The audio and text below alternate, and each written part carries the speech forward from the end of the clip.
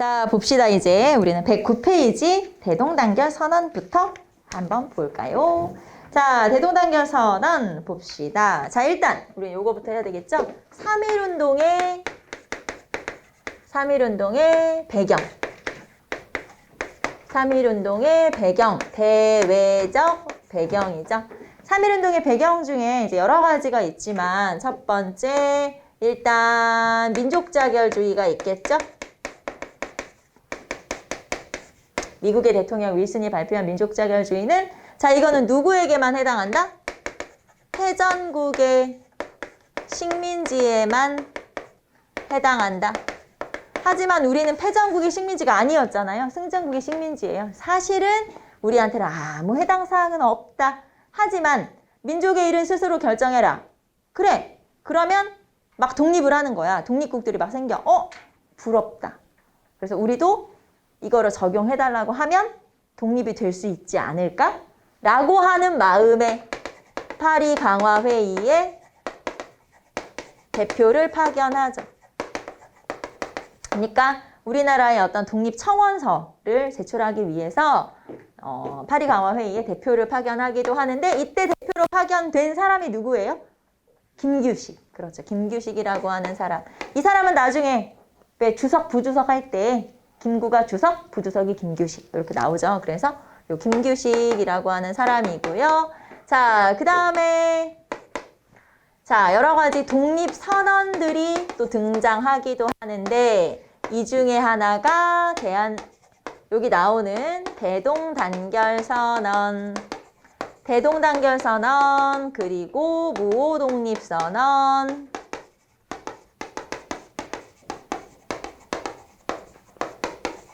그리고 28독립선언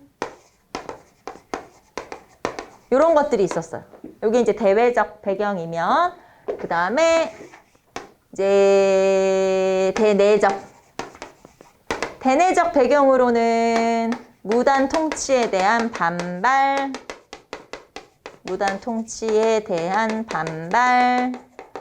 그리고 고종의 서거 등이 있었죠. 그래서 이런 것들 때문에 3.1운동이 일어나게 되는데 자, 지금 우리가 배우는 건 대동단결 선언이죠. 자, 대동단결 선언에서는 시기 1917년 어디에서? 상하이에서 민족대표 한 10여인의 14인 정도의 발의에 의해서 발표된 거죠.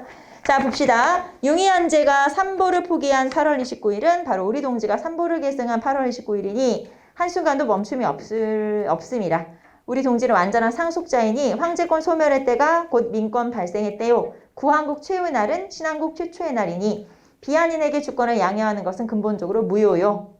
따라서 경술련 융의왕제의 주권 포기는 우리 국민동지에 대한 묵시적 선의이니 우리 동지는 당연히 계승하여 통치할 특권이 있고 대통을 상수할 의무가 있도다. 자, 융의왕제는 순종이에요. 순종이 우리나라의 삼보, 그러니까 영토, 주권, 국민을 포기한 것은, 즉 일본에게 넘긴 것은 이거는 주권이라는 게 외국인한테 넘길 수가 없는 거기 때문에 국민이 이어받은 거다.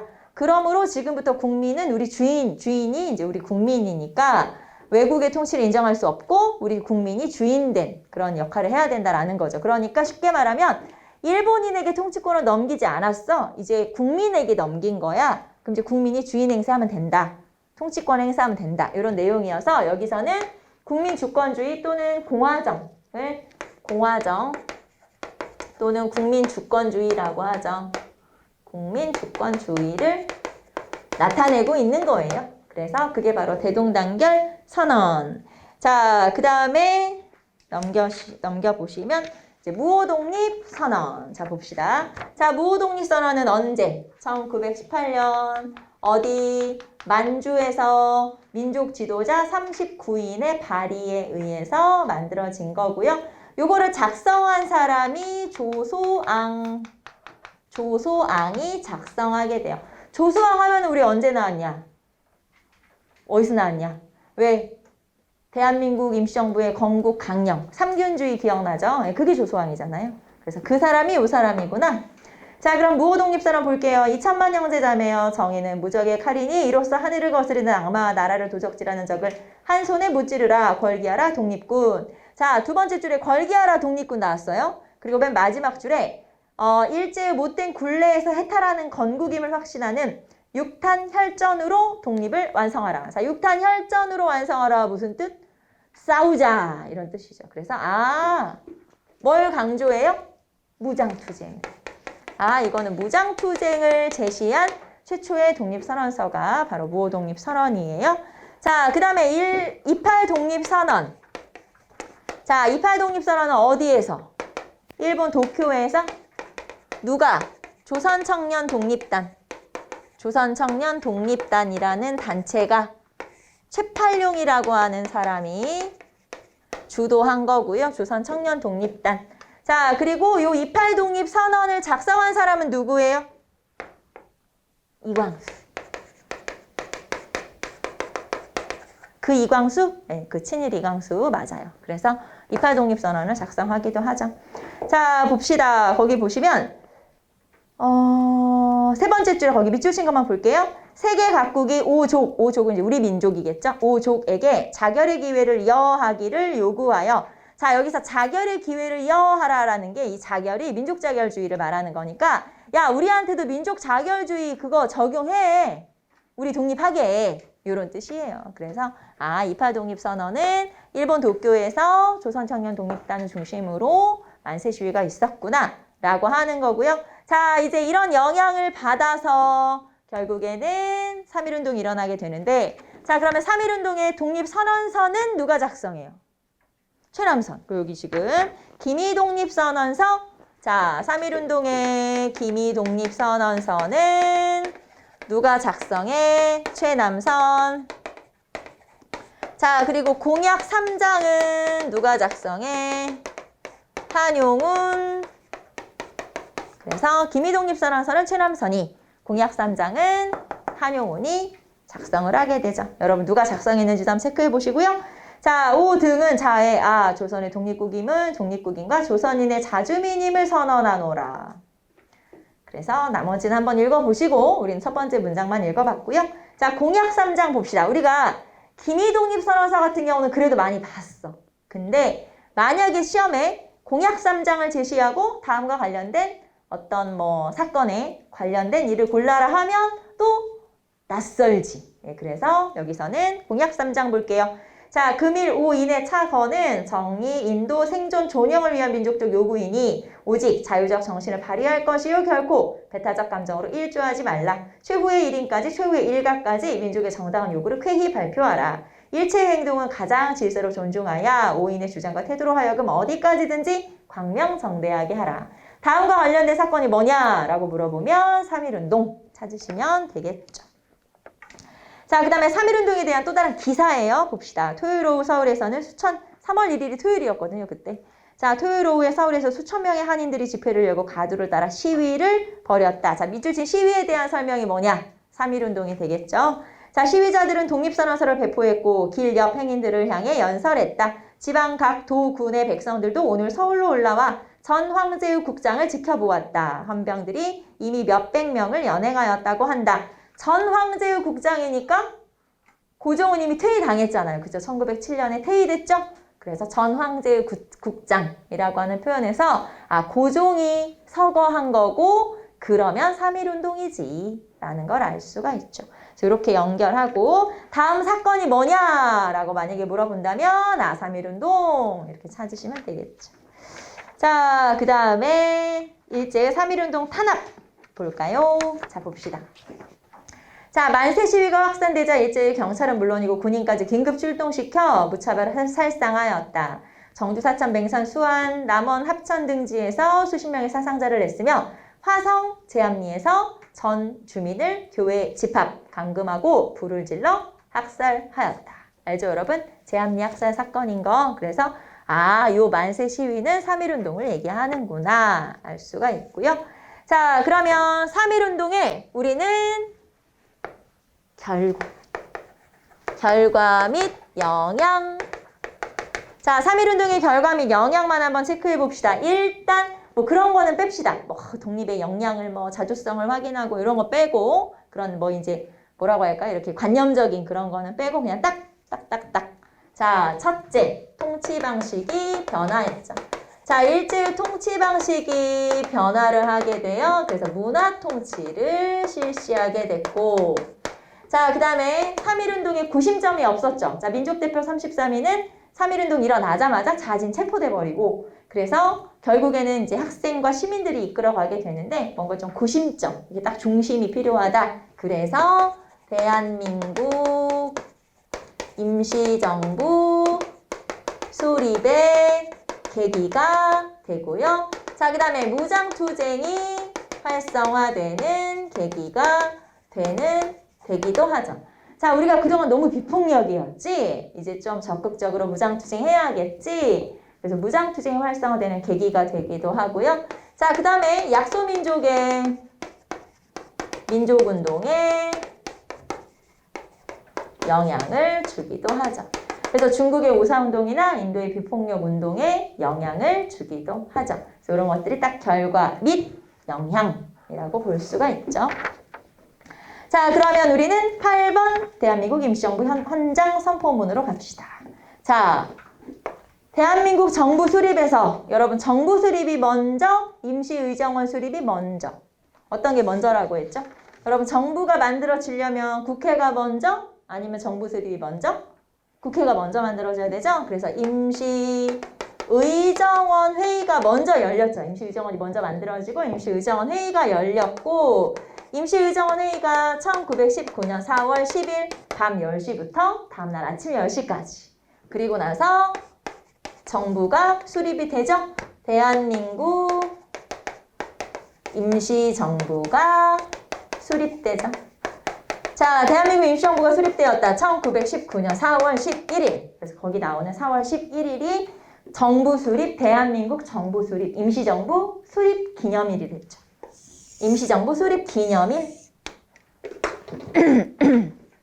자, 그러면 거기 보시면 임시정부 헌장 선포문 나와 있죠. 임시헌장 선포문.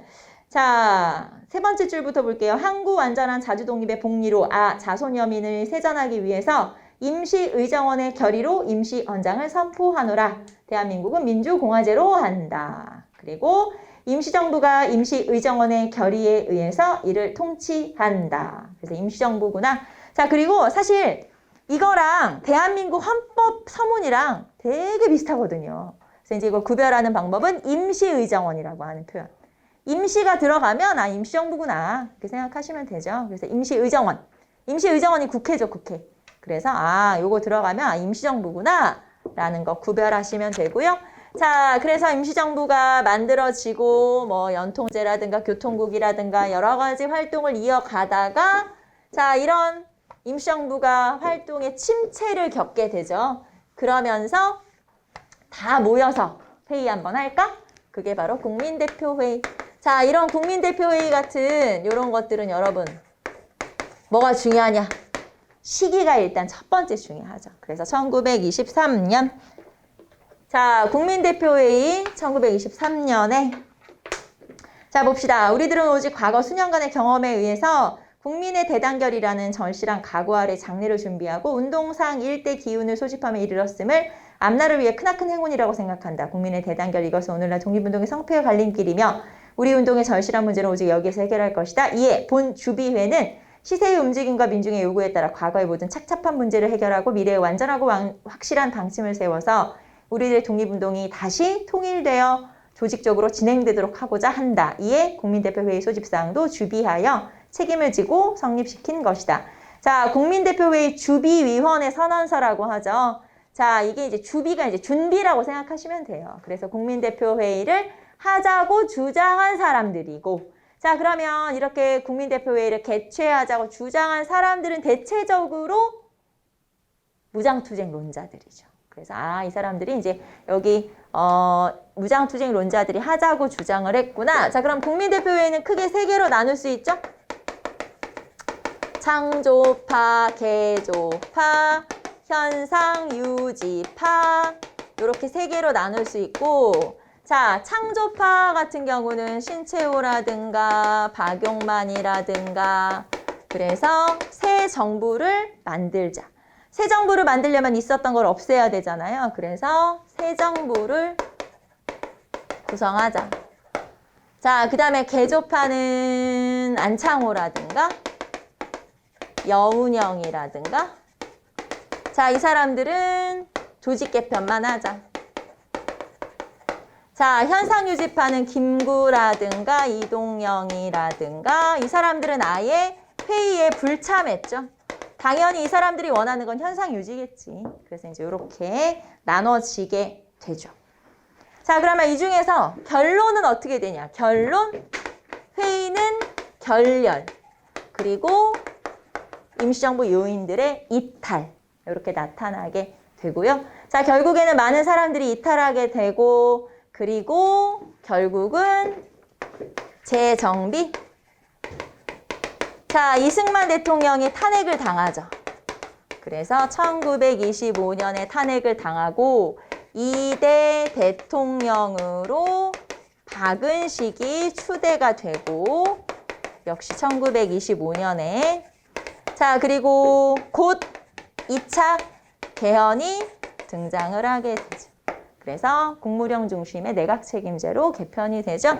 자, 요 국민대표회의 순서 한번 체크해 보세요. 국민대표회의, 이승만 탄핵, 2대 대통령 취임, 그리고 2차 개헌 이렇게 연결이 돼요.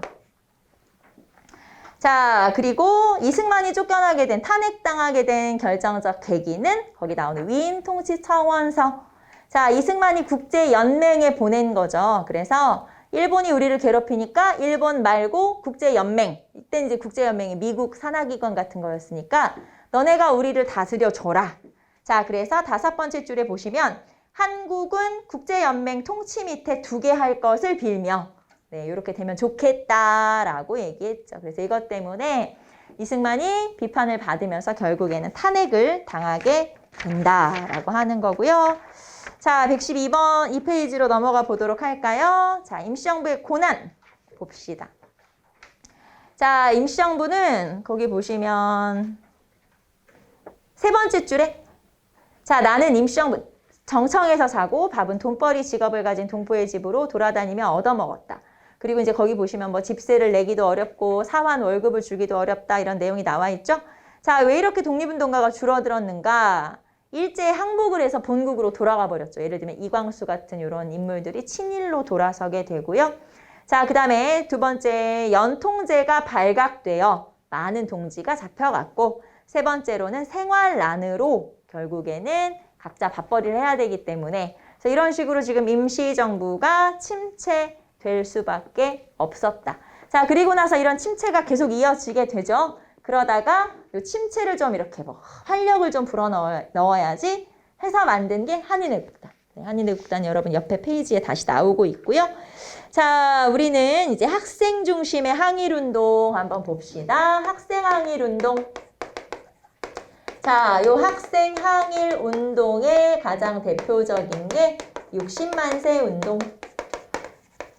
1926년. 여기서는 시기 한번 체크해 보시고요. 자, 60만세 운동의 경문과 여러분 13번에 광주 학생항일운동의 경문과 요 두 가지를 비교하시면 되겠죠.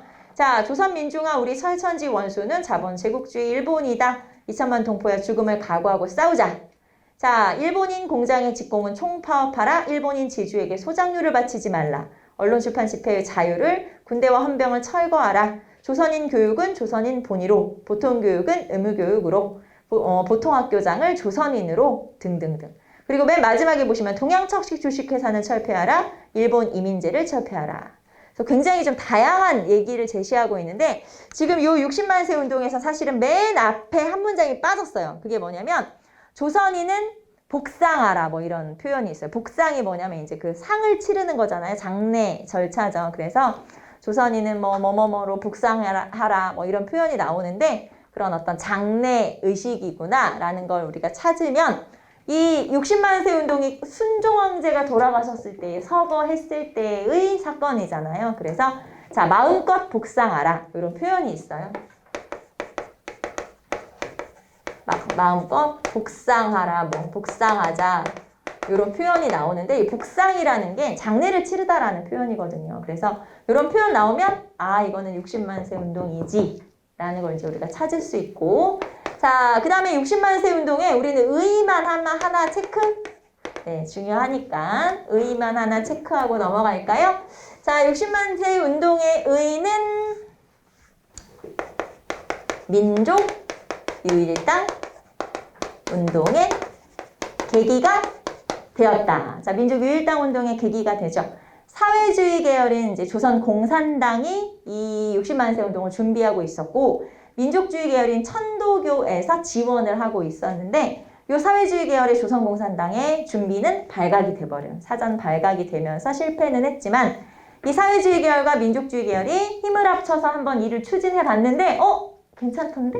그래서 같이 일을 해도 되겠네 라는 게 바로 민족유일당 운동의 계기가 된 거고요. 자, 이 민족유일당 운동의 계기가 돼서 결국에는 어떤 사건이 있었어?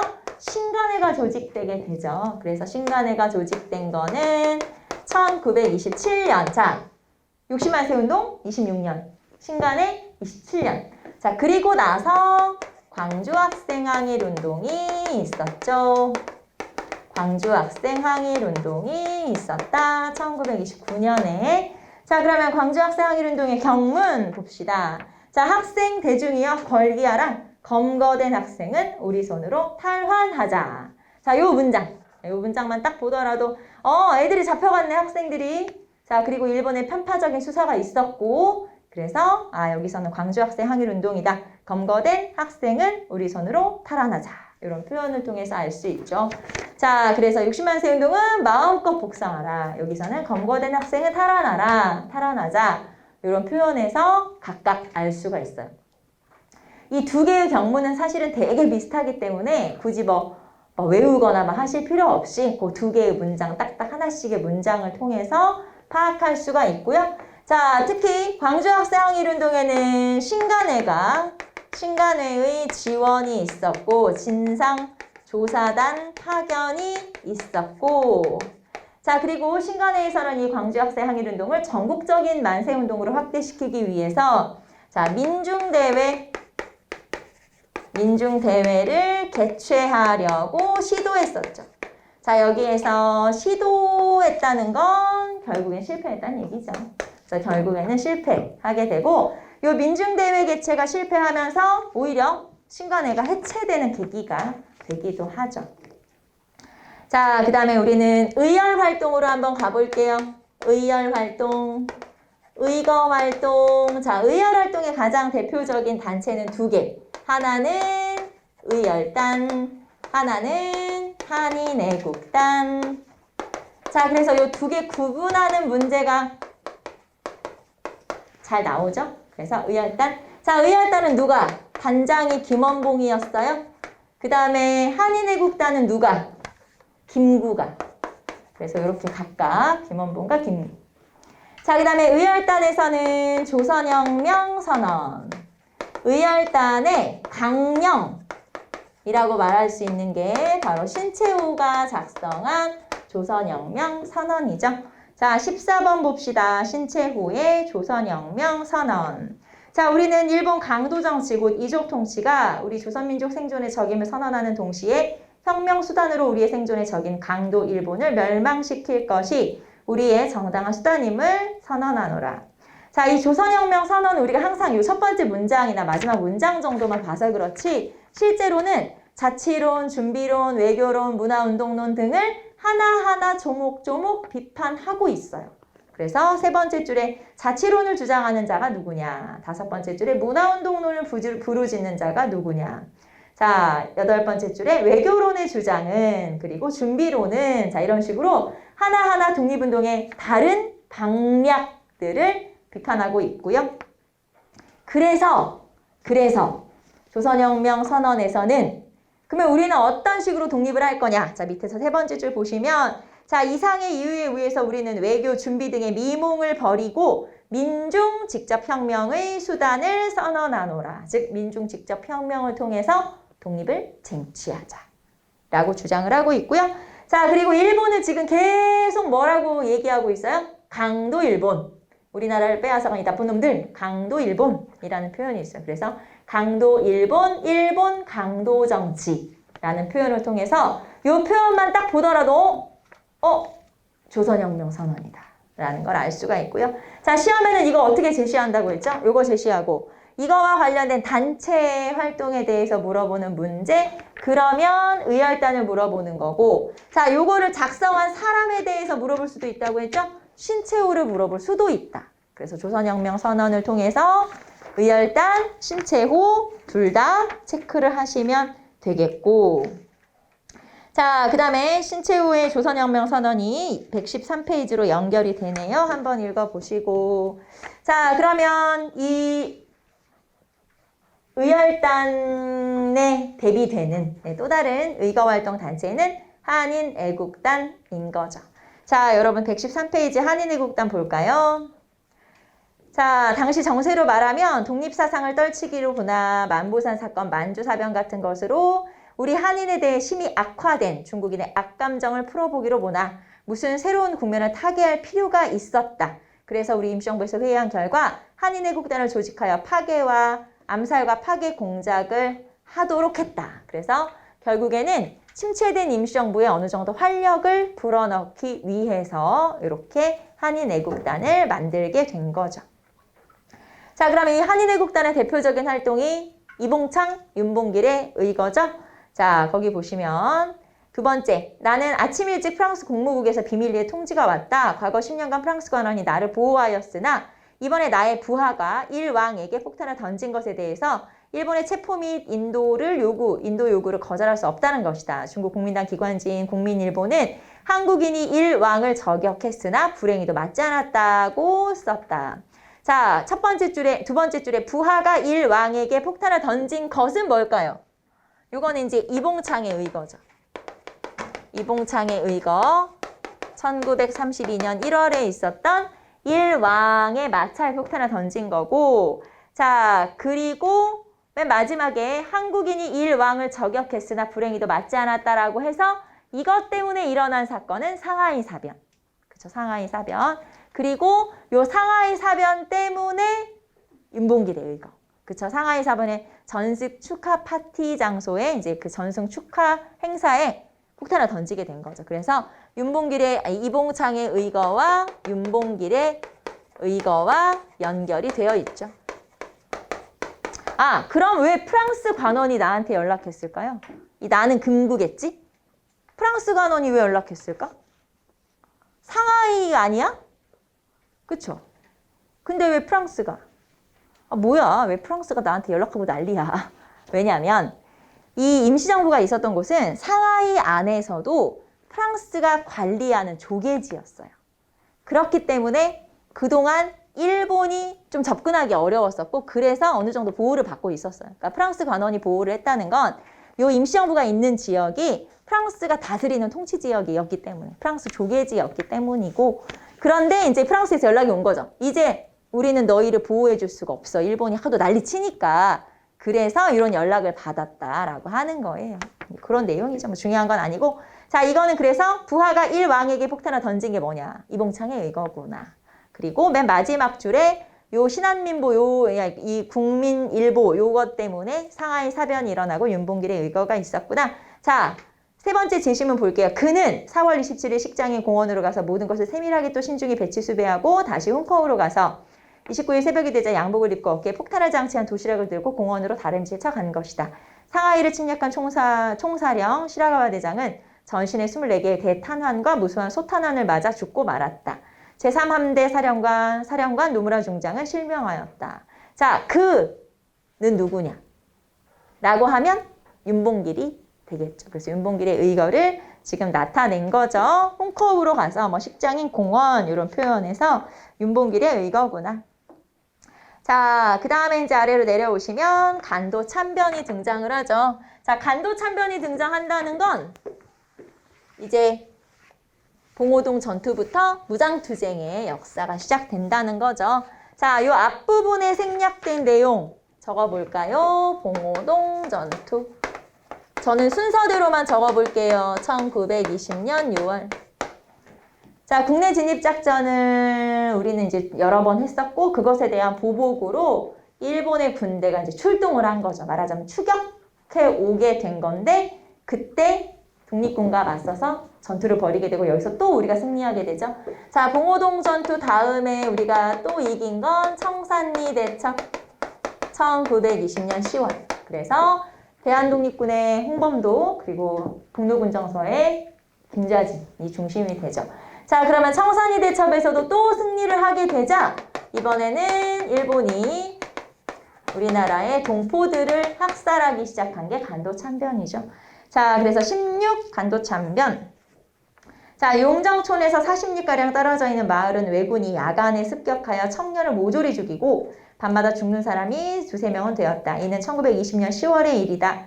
자, 당시 참사를 현지에 있던 미국인 선교사 마틴이 이렇게 보고하고 있는데, 자, 사흘 전 새벽에 무장한 일개 대대가 기독교 마을을 포위하고 남자라면 늙은이 어린이를 막론하고 끌어내어 때려 죽이지 않으면 불타고 있는 집과 집더미에 던져 타 죽게 하였다.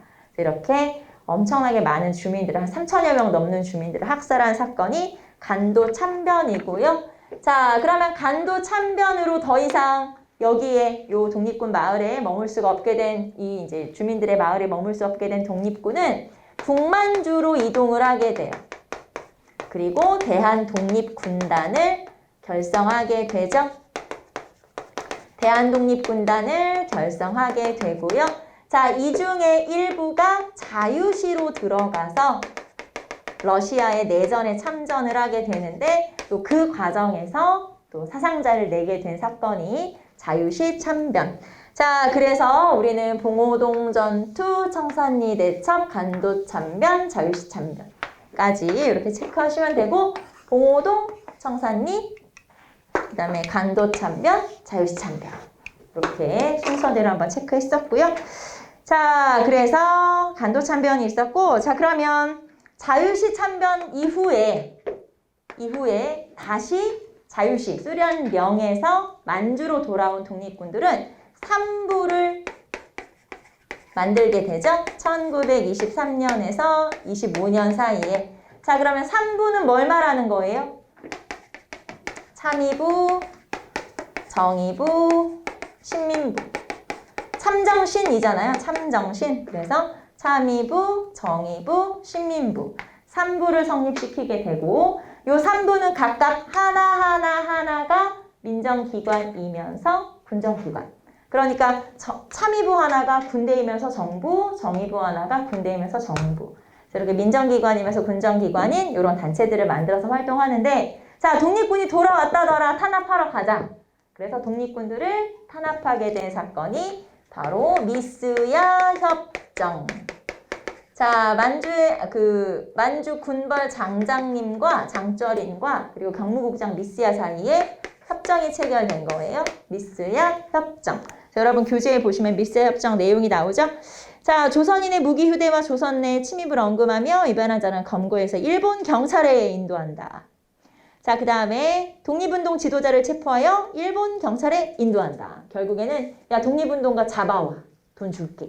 이런 게 이제 미스야 협정이고요. 자, 그러면 이렇게 미스야 협정으로 또다시 만주 지역의 독립군들이 탄압을 받았죠. 자, 그리고 1920년대 후반으로 가면 이런 여러 개의 독립군 부대들이 통합하는 운동을 벌이게 돼요. 그래서 3부 통합.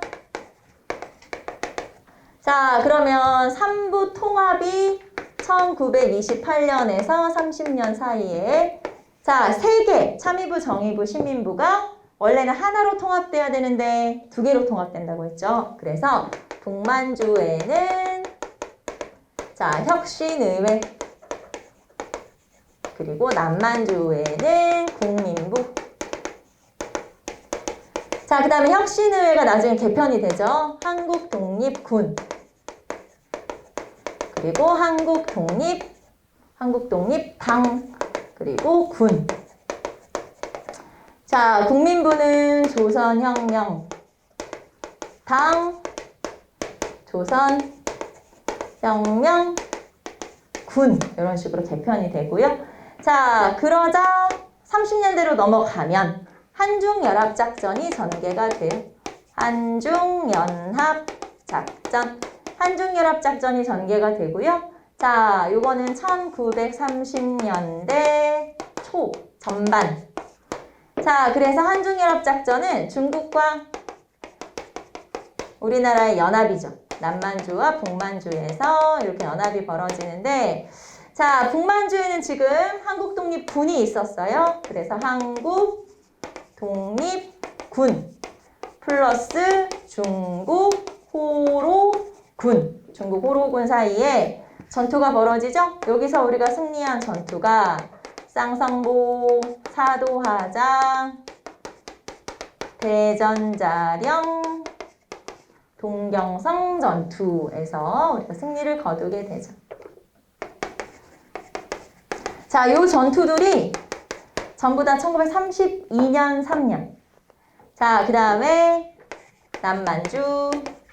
자, 남만주에서는 조선혁명군과 중국 의용군 사이에 영릉과 흥경성 전투에서 승리를 거두게 되고요. 자, 이거 우리 뭐라고 외웠었냐면 한국 독립군과 중국 호로군 사이에 쌍성보, 사도하장, 대전자령, 동경성 전투. 한국 호로 쌍사대동. 자, 조선혁명군과 중국 의용군 사이에 영릉과 흥경성 전투에서 승리를 거둔다. 이렇게. 조선, 의용, 영흥. 이렇게 우리 암기하고 있었죠. 자, 이게 언제냐면 한중연합작전 30년대 초반, 전반. 이때 있었던 일이죠. 자, 그래서 여러분 교재에 보시면 맨 마지막에 한국독립군. 자, 한중 양군은 최악의 상황이 오는 경우에도 장기간 항전할 것을 맹세한다. 자, 3번 볼게요. 전시의 후방 전투는 한국 장교가 맡고 한국군에 필요한 군수품은 중국군이 공급한다. 맨 마지막에 보시면 한국독립군과 중국호로군의 협정. 여기 있네. 한국독립군, 중국호로군의 협정이고 여기서 승리한 전투가 쌍성보, 사도하장, 대전자령, 동경성 전투가 되겠죠. 그래서 한중연합작전 살펴봤고요. 자, 그 다음에 114페이지에 조선혁명군. 자, 조선혁명군이 여기 있네. 요 조선혁명군 요거 말하는 거죠. 자, 중국과 한국 양국의 국민은 한마음 한뜻으로 일제에 대항하여 싸우고 인력과 물자는 서로 나누었으며 합작의 원칙 아래 국적에 관계없이 능력에 따라 항일 공작을 나누어 맡는다. 맨 마지막에 조선혁명군과 중국의용군의 협정. 조선, 의용, 영흥. 여기선 이거 암기하냐 못하냐에 따라서 여러분이 문제를 맞고 틀리고가 차이가 난다. 외워라 라고 얘기했었죠. 기억나요?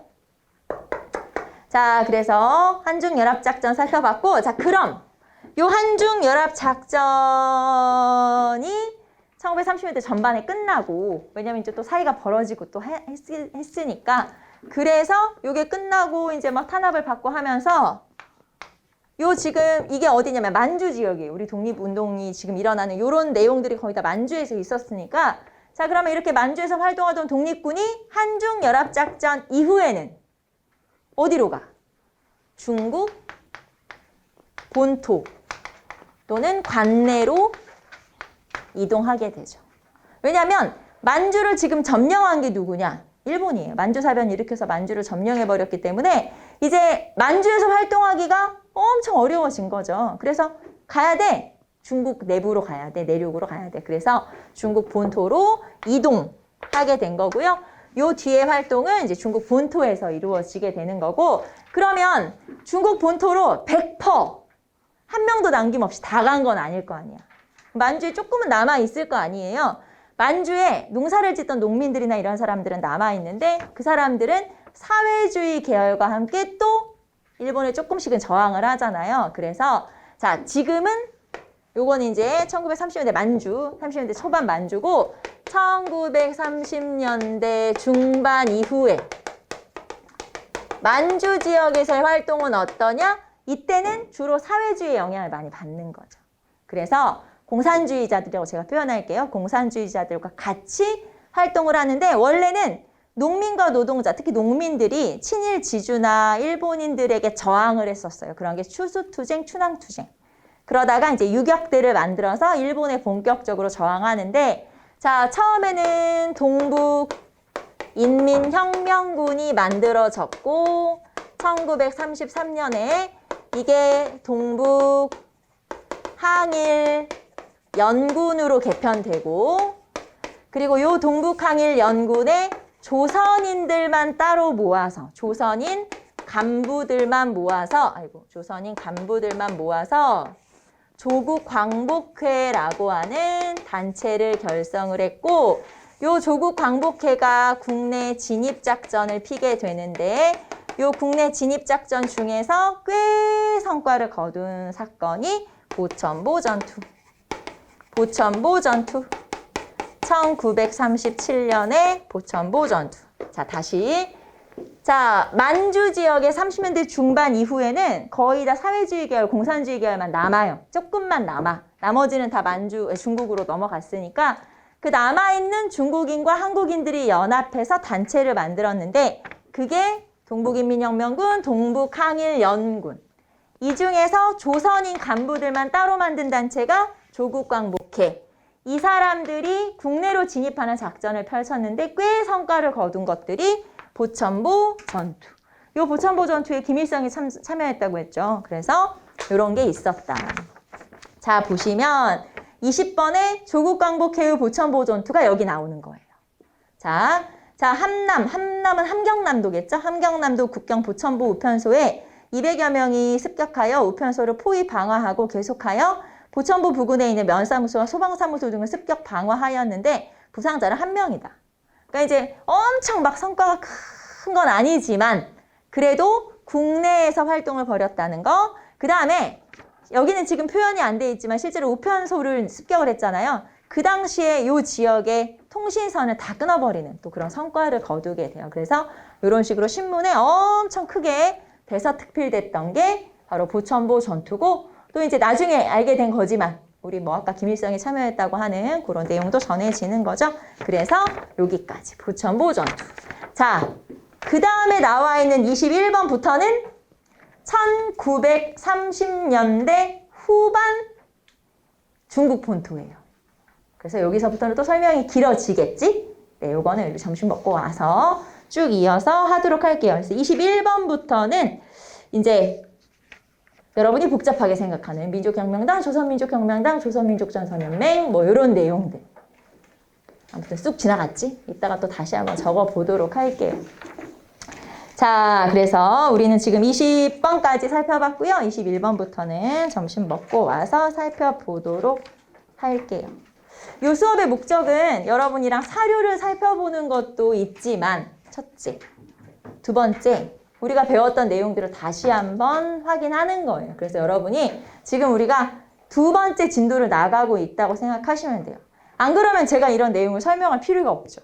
그냥 사료만 보고 그냥 이거 밑줄, 뭐 이거 중요 이렇게 하고 넘어갈 텐데 이렇게 내용을 다시 한번 여러분하고 정리하는 건 여러분이 두 번째 수업을 듣는 이회독의 효과를 좀 내려고 하는 거예요. 그래서 단순히 그냥 사료만 보는 게 아니고 그렇게 내용 정리 다시 한번 하고 있으니까 그것도 한번 생각하시면서 따라오시면 되죠. 우리는 점심 먹고 와서 21번부터 보도록 할게요. 자, 이따 봅시다.